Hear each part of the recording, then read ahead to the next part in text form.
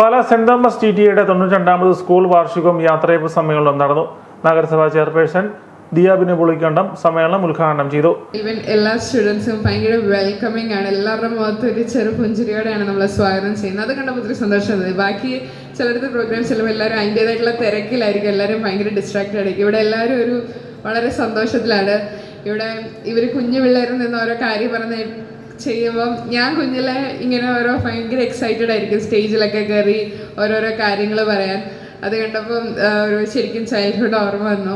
പിന്നെ എപ്പോഴും നമ്മൾ കാണുന്നത് വീഡിയോയുടെ കൂട്ടത്തിൽ ഓഡിയോ ഉള്ളതാണ്, പക്ഷെ ഇന്നിവിടെ നിന്ന് പ്രസംഗിക്കുമ്പോൾ അവർക്കും കുറച്ചുകൂടെ ഒരു കോൺഫിഡൻസ് കിട്ടും. School manager reverend doctor Joseph Malayapparambil അധ്യക്ഷത വഹിച്ചു. Pala corporate educational agency secretary reverend father George Pullukalayil മുഖ്യ പ്രഭാഷണവും മൊമെന്റോ സമർപ്പണവും നിർവഹിച്ചു.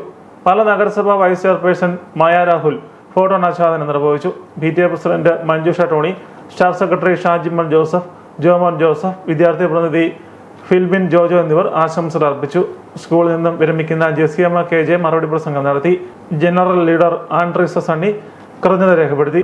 കുട്ടികളുടെ വിവിധ കലാപരിപാടികളും നടന്നു.